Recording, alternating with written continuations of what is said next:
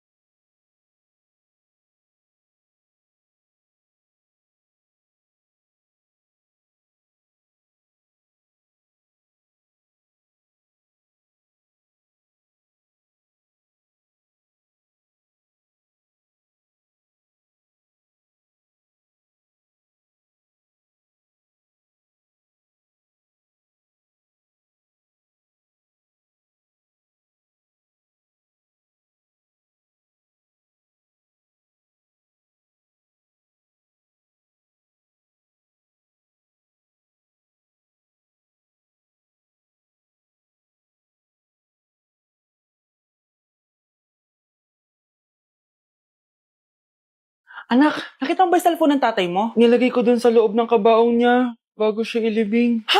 Ba't mo naman ginawa yun, anak? May mga importante laman doon. Baka sakaling buhay pa siya para matawagan niya ako. Ay, Diyos ko talaga tong batang to.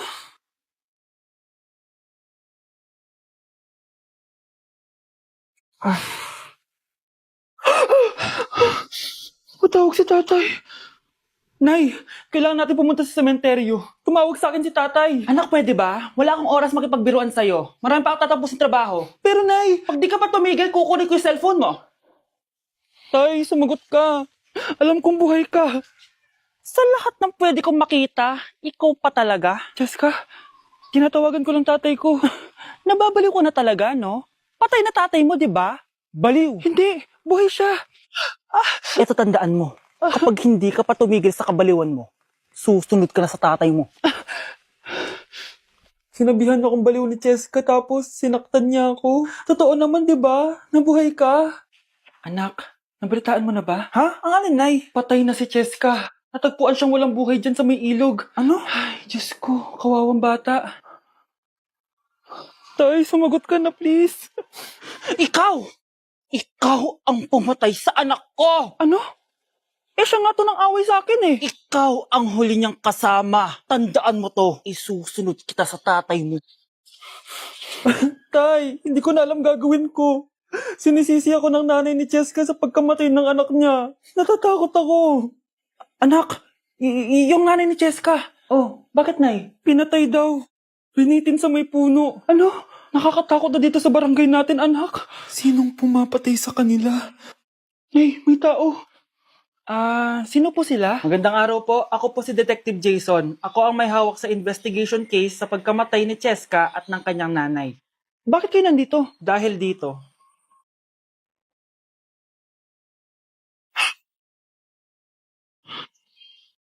Nay, ikaw pumatay sa kanila? Oo, anak. Narinig ko lahat ng mga sumbong mo sa tatay mo. Cellphone ni tatay. Pinangako ko sa tatay mo bago siya mamatay na poprotektahan kita kahit makapatay man ako ng tao. Sumama ka sa akin, ma'am, para ma-interview ka namin. Tandaan mo to, anak. Kahit nasa kulungan ako, poprotektahan kita. Tumawag ka lang. Delivery po. Anong delivery? Parang wala naman ako in-order, kuya. Eh, nakasulat po dito, Susan. Kayo po ba yun, ma'am? Oo. Sige, baka nakalimutan ko lang. Nay, ano po yan? Cellphone?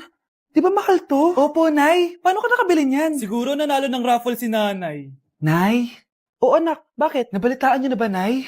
Uso yung mga scammer ngayon. Totoo ba? Grabe na talaga ngayon, anak. Sabi sa nakita ko, Nay, nang scam daw siya ng mamahaling cellphone gamit ang credit card ng ibang tao. At ito pa yung malala, Nay. Nang scam daw din siya ng pera. Delivery po. May delivery ata, anak. Delivery po. Ikaw na naman, kuya. Susan po ulit, ma'am. Eh, wala naman nga ako in-order. Eh, wala akong magagawa dyan, ma'am. Sa'yo nakapangalan eh. Sige na po, una na ako. Ano na naman laman neto?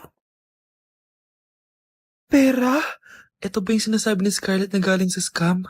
Pero bakit sa akin nakapangalan? Anong gagawin ko dito? Hindi naman ako yung scammer. Nay, may naghahanap po sa inyo sa labas. Anak! Sige, pupunta na ako.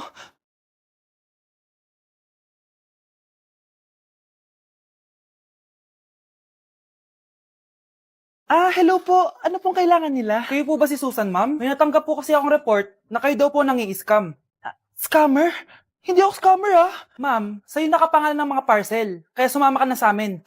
Hindi nga ako scammer! Ikukulong ka na namin. Huwag niyo ko ikulong! Hindi ako scammer! Itigil niyo na yan! Hindi si nanay ang scammer. Pero nasa bahay na to, ang totoong scammer. Anak? Oh, Nay. Gising ka pa? May ibibigay lang ako sa'yo. Oh, eto. Good luck to, ha? Dreamcatcher to, Nay, ah. Oo, anak. Ang sabi nila, magsabi ka lang ng wish mo dyan, matutupad. Malay mo naman, di ba? Thank you, Nay. Dreamcatcher. Matry nga to. Sana maging top 1 ako sa klase namin. Anak! Congrats! Bakit po, Nay? Ikaw daw ang top 1 sa klase nyo! Totoo ba, Nay? Totoo nga to.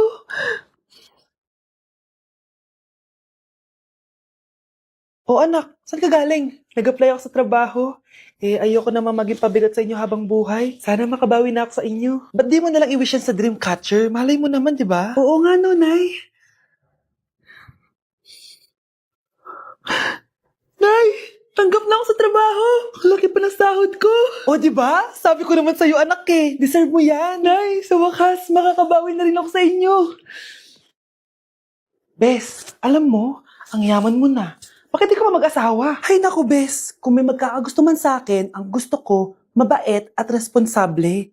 Parang si Joshua. Naku, Bes. Si Joshua pa. Puro trabaho yan. Hi, Scarlett. Pwede ba tayong mag-lunch together mamaya? Sure, sige. Saan ba? Ayun. Oh, yan ang simula ng love story niyo, ha? Ay, mahal. Grabe. Natupad na natin yung mga pangarap natin. May anak tayo. May malaki tayong bahay. May maayos tayong trabaho. Ay, sa wakas. Proud ako sa ating dalawa, mahal.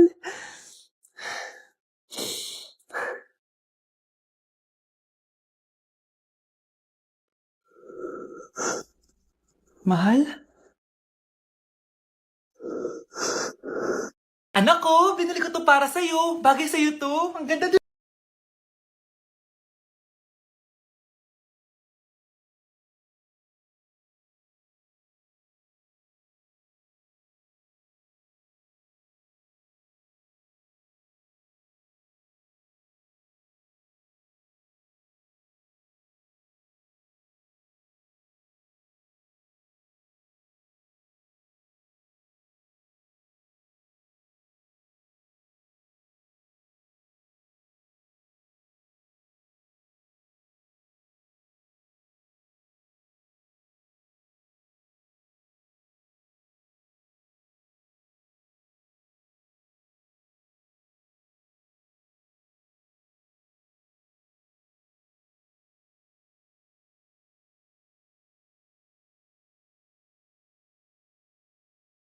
Hello, Bes. Sinundan ko si Miguel. Bes, ano nakita mo? May iba na ba siya? Confirm. May kabit yung jowa mo. Ha? Sino naman magiging kabit niya? Kabit niya si Scarlett. Hello, Bes? Nasaan ako? Anong gagawin niyo sa akin? Tama na. Bakit ka nagmamanman sa bahay namin? Spy ka ba? Walang yaka! Inagaw mo yung jowa ng best friend ko! Pinagsasabi mo, be? Ako ang tunay na jowa ni Michael. Never naman nagustuhan ni Michael yan si Samantha kasi ang pangit niya, no? Ganun ba? Oo, kaya magdusa ka dyan. Wag! Jessica? Samantha! Tara, tatakas kita.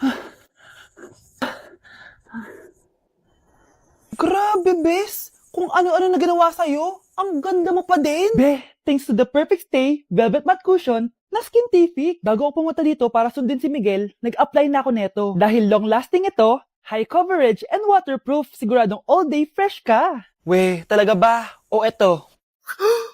O diba? Ang ganda ko pa din. Hindi na kailangan mag-retouch. Ang gagaling nyo din, no? At may tagapagligtas ka pa. Si Samantha. Samantha? Ikaw ba yan? Anong ibig sabihin nito? O, di ba? Ako ang tunay na jowa nito ni Miguel. At ikaw, kabit ka lang. Pero... Walang iya ka? Pero babe, ikaw na mahal ko ngayon. Tingnan mo nga itsura niyan. Wala akong pake! Magsama kayo ng pangit na yan! Lumayas na kayo dito! Ang dadrama nyo, Basta ako, ganda lang ang ambag ko. Ayan, bilisan mo! Abulin mo na!